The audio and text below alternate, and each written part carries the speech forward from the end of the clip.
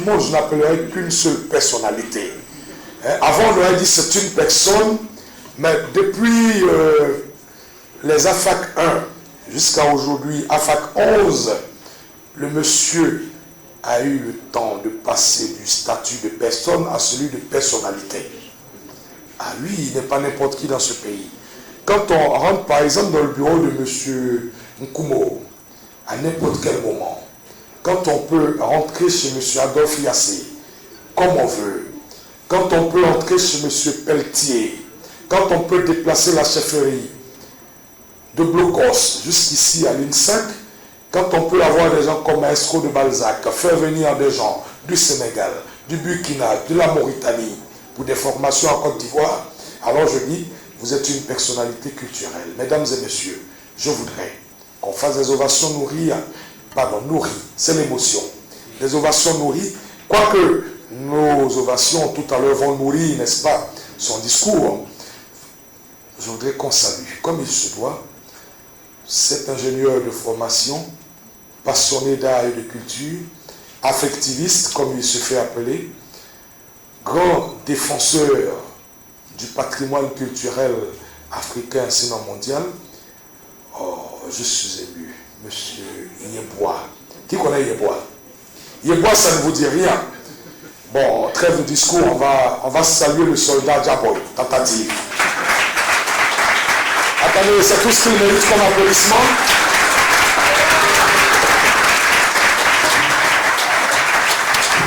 Mais j'ai une question avant que Diaboy nous prenne le micro et tu vas confirmer avec la salle. Est-ce que le changement de statut de personne à personnalité, ça va aussi avec la poche de Diaboy?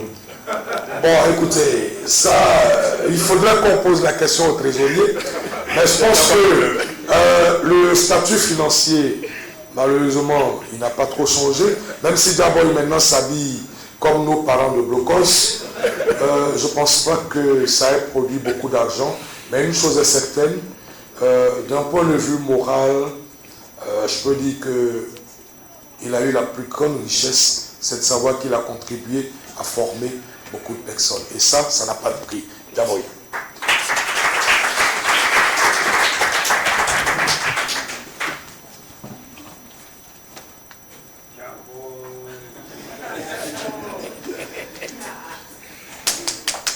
Monsieur le représentant du ministère de la Culture et de la Francophonie, Monsieur le représentant de l'ambassade de France de Côte d'Ivoire, Monsieur Hervé Pelletier, conseiller adjoint de l'action culturelle et de la coopération. Bien évidemment, il n'est pas seul. Il est avec celle qui fait le pont entre nous et l'ambassade de France, Madame Margot, que je vous demande d'ovationner.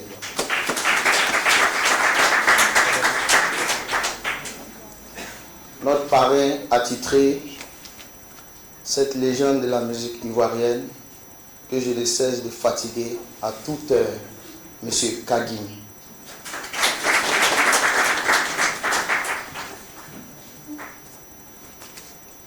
Madame la représentante du commissaire général de l'UNESCO,